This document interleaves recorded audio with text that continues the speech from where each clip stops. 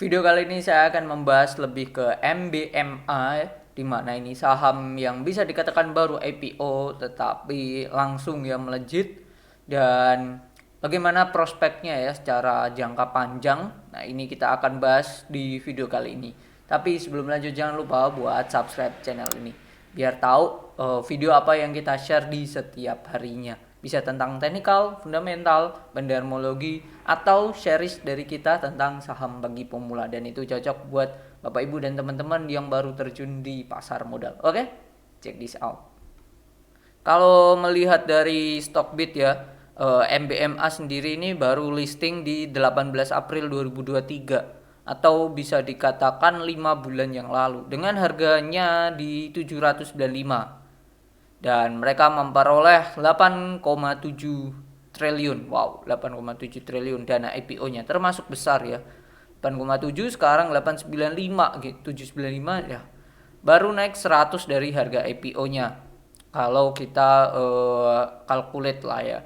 Oke, kalau lihat ya susunan pemegang saham atau shareholdernya, yaitu pengendalinya itu PT Merdeka Energi Nusantara. Terus saya cek di Google ya, PT Merdeka Energi Nusantara itu milik dari mana? Kalau dari namanya kan Merdeka ya, saya awalnya berpikir oh ini ada hubungannya sama MDK, dan benar, ini merupakan anak dari perusahaan tambang Merdeka Chopper ya, atau MDKA. Jadi bisa dikatakan MBMA ini cucu dari MDKA. Oke, nah ini dikenal sebagai PT Hamparan Logistik Nusantara dengan sumber daya terbesar di dunia dalam kandungan nikel. Nah ini di tambang nikel Konawe milik SCM.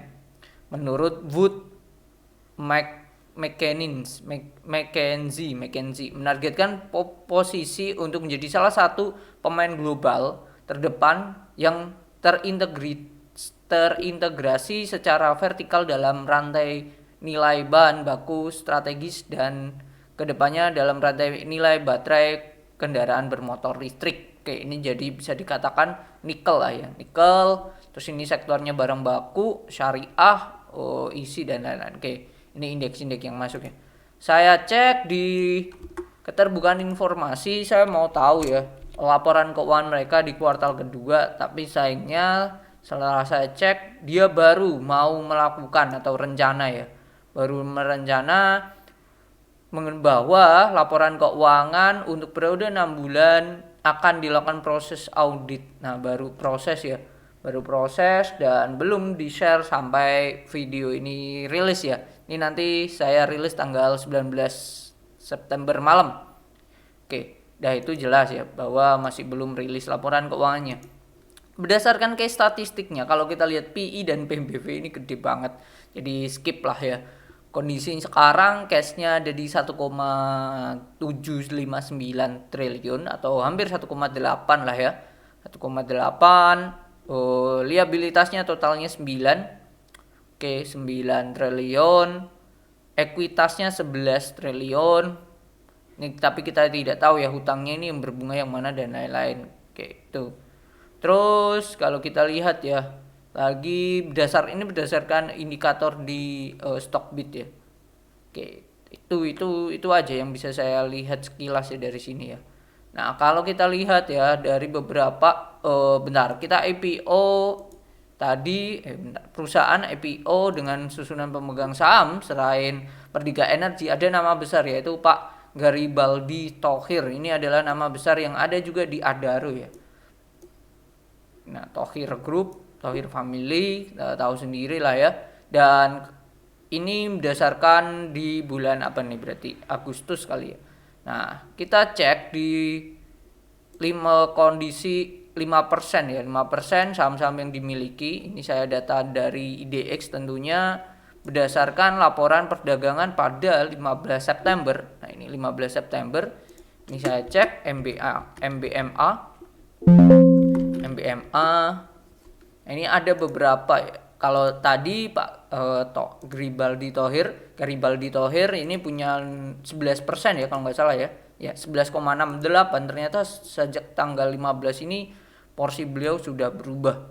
Porsi ini ya. MBMA yang atas ini udah ya, Garibaldi Thohir. Ini porsinya sudah menjadi, nah ini kita zoom dulu. Nah ini jadi 6,16 saja.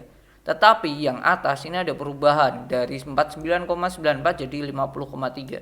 Yang berwarna biru itu ada perubahan artinya. Nah ini kalau kita cek yang ada perubahan adalah atas nama Merdeka Energi Nusantara. Jadi bisa dikatakan induknya ini beli lagi gitu. Induknya beli lagi, porsinya udah 50% ya. 50, berapa tadi? 50,03. Jadi adanya pembelian yang lumayan signifikan gitu dari ke MBMA sendiri, dan ini dalam lembar ya. Oke, itu. Terus dari beberapa berita ya, ini terlihat ya bahwa Boy Thohir lepas 1,5 M. Ini berita tanggal berapa ini? 14 September. Lepas kepemilikan 1,5 M saham MBMA gitu. Ini kepemilikannya terus per ini jadi 6,64 miliar atau setara 6,16. Kalau data terbaru, data beliau, bentar tadi mana? MBMA. Kalau tadi berita 6,16, data beliau sekarang bahkan 6,16. Benar, sama jadi 6,16% ini kepemilikannya. Kepemilikan ini berkurang selama September. Tercatat menggenggam sebanyak 11,99 miliar atau setara 11,08% kepemilikan. Artinya selama 2 pekan melepas total 5,31 M. Wow, gede banget ya. Itu ya. Oke, ini udah hanya sebatas ini aja. Terus kalau kita lihat ya dari berita ya, ini berita terbaru Senin atau kemarin, potensi naik berlanjut sekuritas ini beri target harga MBMA segini. Nah ini dari berita ini ya terlihat bahwa ternyata masih menggiurkan dengan kuatnya posisi perseroan didukung grup besar dan memiliki sumber biji nikel perseroan mencapai 1,1 miliar di MT. Ini termasuk gede banget nih. Gede banget. Dan tadi di penjelasan juga mereka menjelaskan di mana ini adalah sumber daya terbesar di dunia. Itu ya. Sekarang bisa join grup belajar investasi saham. Bisa dengan bikin akun Mirai deposit 10 juta atau membayar 400.000 untuk selamanya. Gimana caranya? Link ada di deskripsi. Info lebih lanjut bisa hubungi ke DM Instagram kita.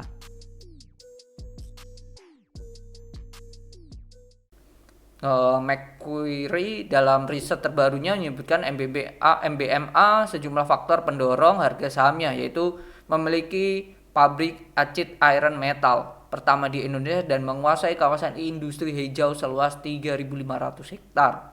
MBMA memiliki kemitraan dengan penyedia teknologi kuat asal China.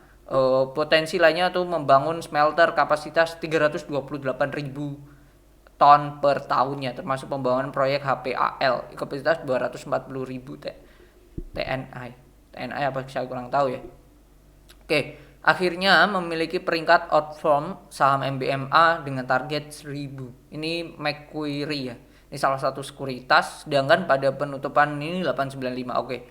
Sebelumnya Buana Capital dalam riset terbaru menyebutkan MBMA perusahaan nikel raksasa sumber daya 1,1 miliar ton biji yang mengandung 13,8 juta ton nikel dan 1 juta ton CO. Oke, ini gede banget ya. Perkiraan produksi nikel mencapai 92.000 ton, terus 2023 kembali naik dan seterusnya ya.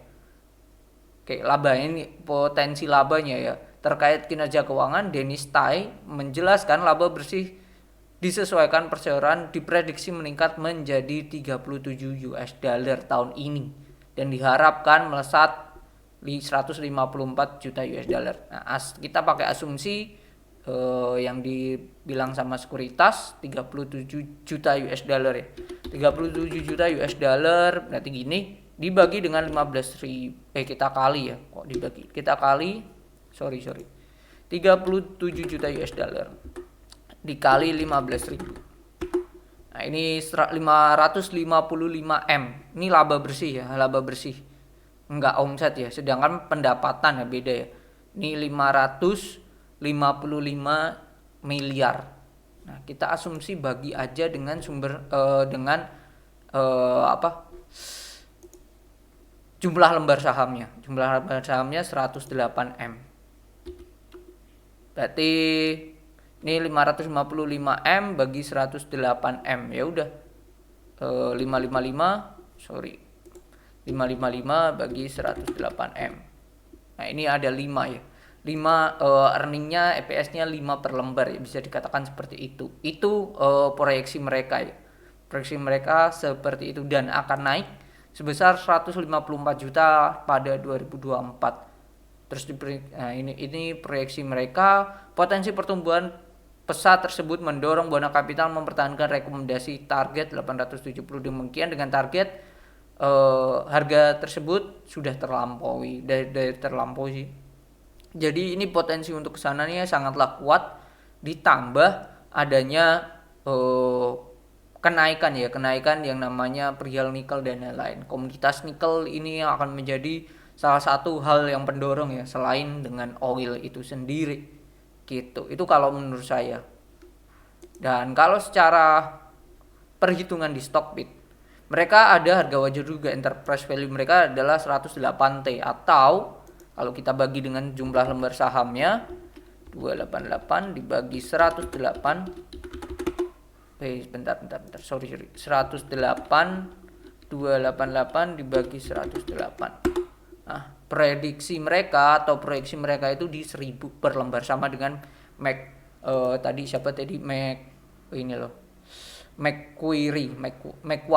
Macquarie itu sih.